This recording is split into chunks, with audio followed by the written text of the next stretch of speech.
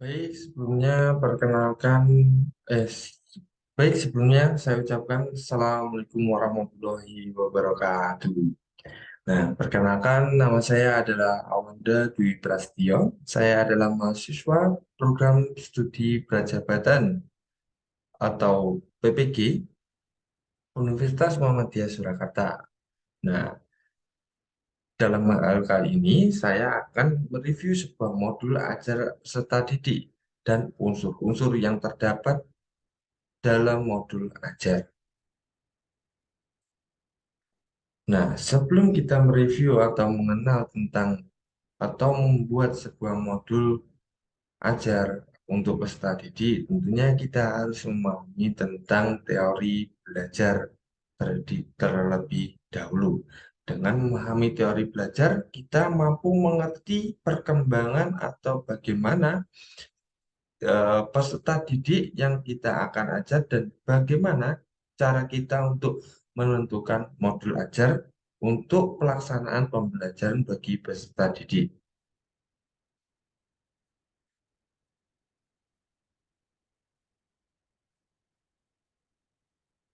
Nah, tentang teori belajar.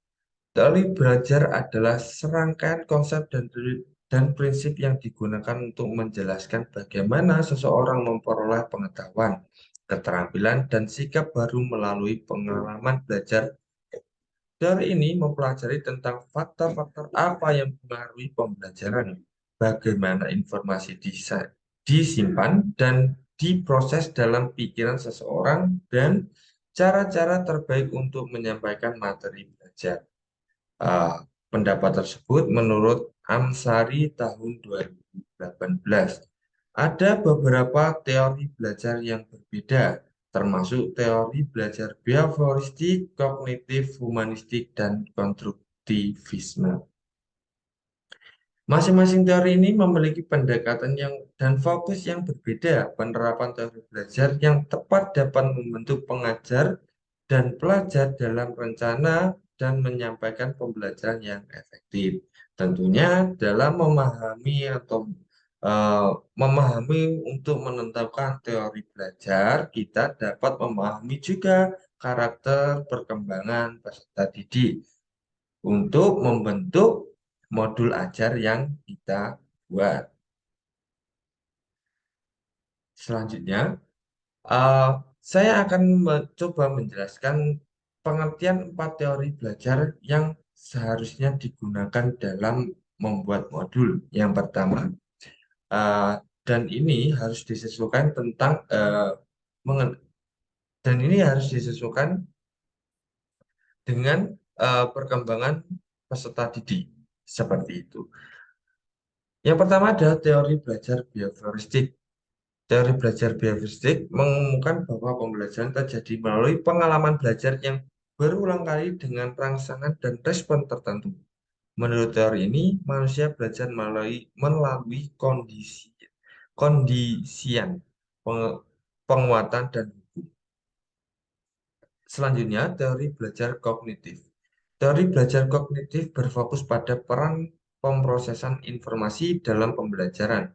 Menurut teori ini, belajar melibatkan pemrosesan informasi melalui penyimpanan dan pengembalian informasi dalam memori. Yang keempat adalah teori belajar humanistik. Masjid menganggap individu sebagai subjek yang aktif dalam pembelajaran. Teori ini menekankan pentingnya pengalaman pribadi dan kebutuhan individu dalam pembelajaran. Selanjutnya ada teori belajar konstruktivisme. Konstruktivisme berpendapat bahwa pembelajaran terjadi melalui konstruksi pengetahuan baru berdasarkan pengalaman dan pengetahuan yang ada sebelumnya. Menurut teori ini, individu membangun pemahaman dan pengetahuan baru melalui interaksi dengan lingkungan sekitarnya. Nah, selanjutnya, unsur-unsur yang terdapat pada modul atau modul ajar peserta didik yang saya buat. Berhubung saya eh, sedang melaksanakan PPL di SMA 5 Surakarta, saya menggunakan modul ajar yang sudah saya buat untuk mengajar di SMA N15 Surakarta. Yang pertama, unsurnya informasi umum perangkat ajar. Ada informasi umum terhadap perangkat ajar. Informasi umum perangkat ajar, informasi umum perangkat ajar ada nama sekolah SMA 5 Surakarta, mata pelajaran PPKN, jenjang atau fase eh, jenjang fase dan kelas. SMA fase E kelas 10. Profil pelajar Pancasila bernalar kritis, jumlah peserta didik 35 dengan model pembelajaran PBL atau melalui pembelajaran dengan menggunakan project based learning. Pendekatan yang saya gunakan dalam modul ini yaitu Culture Responsive Teaching, elemen Negara Kesatuan Republik Indonesia. Capaian pembelajaran. Peserta didik dapat mengidentifikasi beberapa contoh kasus wilayah yang diperbutkan. Berdasarkan fakta dan regulasi, menemukan beberapa praktik baik dan sikap menjaga keutuhan NKRI yang telah dilakukan oleh orang atau kelompok sebelumnya. Peserta didik juga dapat memahami konsep sistem pertahanan dan keamanan nasional dengan mengidentifikasi peran Indonesia sebagai negara kesatuan dalam pergaulan antara bangsa dan negara di dunia. Alur tujuan pembelajaran atau ATP yang ada pada modul ini. Peserta didik dapat menjelaskan konsep atau sejarah fakta dan regulasi NKRI terkait dengan subtema sengketa batas wilayah. Peserta didik juga dapat lakukan identifikasi beberapa contoh kasus wilayah yang diperbutkan berdasarkan fakta dan regulasi. Selanjutnya, sasaran sarana dan prasarana terdapat GW, akses internet, buku teks PPKN, kapur atau spidol, papan tulis atau whiteboard, lembar kerja, out materi, LCD proyektor, dan pointer. Target peserta didik yaitu peserta didik reguler atau tipikal. Jumlah peserta didik yaitu 35 peserta didik. Ketersediaan materi yang pertama untuk peserta didik CBA atau yang ini tidak ada ketersediaan materi tatap muka atau dan PJJ. Asesmen yang dilakukan yaitu asesmen individu atau kelompok. Jenis asesmen ujian pengetahuan dan ujian penilaian keterampilan. Kegiatan pembelajaran utama yaitu penguatan peserta didik individu berkelompok 5-6 orang. Metode diskusi, presentasi, ceramah, dan proyek. Materi ajar, alat, dan bahan. Materi atau sumber pembelajaran yang utama buku pembelajaran PPKN, slide presentasi, video pembelajaran. Yang kedua alat bahan dan diperlukan alat dan bahan yang diperlukan yaitu bahan bacaan dari berbagai sumber, guru, dan selanjutnya urutan kegiatan pembelajaran. Nah, itu adalah identitas yang terdapat dalam modul ajar yang sudah saya susun. Untuk slide selanjutnya, nah ini teori belajar yang terdapat dalam modul ajar yang saya susun. Teori belajar yang digunakan dalam menyusun modul yaitu teori belajar kognitif. Teori belajar kognitif ini terdapat pada eh, inti dari modul ini yaitu orientasi peserta didik pada masalah. Morgan Guru menjelaskan submateri yang akan dipelajari pada pertemuan tersebut, yaitu tentang NKRI dan batas wilayah. Guru menanyakan materi pembelajaran menggunakan PPT dan video pembelajaran. B. Mengorganisasikan peserta didik untuk belajar berpikir kritis.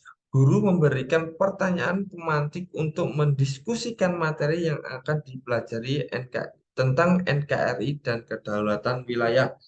Peserta didik memperhatikan materi yang disampaikan guru dan menjawab beberapa pertanyaan setiap materi yang disampaikan untuk mengukur kemampuan peserta didik dalam mempelajari setiap materi yang disampaikan. Nah, teori belajar kognitif yaitu berfokus pada peran proses informasi dalam pembelajaran. Menurut teori ini, belajar melibatkan pemrosesan informasi melalui penyimpanan dan pengambilan informasi dalam memori. Pada perencanaan modul yang dibuat, pembelajaran berfokus pada pengembangan peserta didik bersifat analitik dan lebih berfokus pada pengetahuan peserta serta penalaran peserta didik. Jadi dalam modul yang saya buat ini terdapat unsur kognitif, yaitu guru memberikan pertanyaan pemantik untuk mendiskusikan materi yang akan dipelajari. Seperti itu. Nah, selanjutnya perkembangan teori perkembangan sosial. Dari Nah, ini unsur-unsur teori perkembangan sosial dalam modul ajar yang saya buat. Unsur teori perkembangan sosial yang terdapat pada modul ajar yang saya buat yaitu terdapat pada pertemuan kedua. Siswa dibagi dalam bentuk kelompok untuk mendiskusikan materi pembelajaran yang sedang dipelajari oleh peserta didik. Tujuan pembelajaran kelompok tersebut yaitu melatih kemampuan individu dalam menelaah sebuah informasi secara individu maupun kelompok, melatih interaksi sosial, kerjasama, dan komunikasi antara peserta didik. Itu adalah unsur teori perkembangan sosial yang terdapat dalam modul ajar yang saya buat. Seperti itu. Selanjutnya, pembelajaran berdiferensiasi. Tentunya dalam membuat sebuah modul ajar terdapat harus ada pembelajaran berdiferensiasi. Nah, di sini saya akan coba menjelaskan tentang pembelajaran berdiferensiasi itu apa. Pembelajaran berdiferensiasi adalah pendekatan pembelajaran yang dirancang untuk memenuhi kebutuhan individu yang beragam. Hal ini mempertimbangkan perbedaan dalam kecepatan belajar, gaya belajar, minat belajar, latar belakang budaya, dan kebutuhan khusus yang mungkin dimiliki oleh siswa. Nah, di dalam pembelajaran diferensiasi ini terdapat tiga konsep pembelajaran diferensiasi, yaitu diferensiasi konten, diferensiasi proses, diferensiasi produk. Dengan diferensiasi pada konten proses dan produk, siswa dapat memperoleh pengalaman sesuai dengan kebutuhan dan kemampuan mereka. Ini dapat meningkatkan motivasi belajar siswa dan mereka secara keseluruhan. Nah, unsur pembelajaran berdiferensi dalam modul ajar yang saya buat. Jadi, dalam modul ajar saya buat terdapat unsur berdiferensiasi, yaitu penggunaan pembelajaran berdiferensiasi dalam modul yang saya buat yaitu diferensiasi produk. Tujuan dari diferensiasi produk adalah untuk memastikan bahwa setiap siswa memiliki kesempatan untuk menunjukkan apa yang telah mereka pelajari dalam cara yang sesuai dengan minat dan keterampilan mereka. Dengan pelaksanaan pembelajaran berdiferensiasi, siswa dapat memperoleh pengalaman belajar yang sesuai dengan kebutuhan dan kemampuan mereka. Ini dapat meningkatkan motivasi siswa dan hasil belajar mereka secara keseluruhan. Dalam hal ini, diferensiasinya yaitu guru dan peserta didik bersama-sama menyimpulkan mengenai pembelajaran pada pertemuan hari ini. Yang kedua, hasil kerja kelompok disajikan dalam bentuk proyek infografis, PPT, video, poster, dan sebagainya sesuai dengan kreativitas peserta didik. Nah, diferensiasi eh, proyek yang ditemukan dalam modul ajar saya, yaitu hasil kerja kelompok yang disajikan dalam bentuk proyek berupa infografis, PPT, video, atau poster sesuai dengan kebutuhan dan kreativitas siswa. Seperti itu. Nah, konsep asesmen. Dalam modul ajar terdapat konsep asesmen. Yang dimaksud dengan asesmen adalah proses untuk mengukur pengetahuan, keterampilan, dan sikap siswa dalam pembelajaran. Asesmen dapat digunakan untuk mengukur pencapaian siswa dalam suatu mata pelajaran atau keterampilan tertentu serta untuk memberikan umpan balik kepada siswa mengenai kinerja mereka.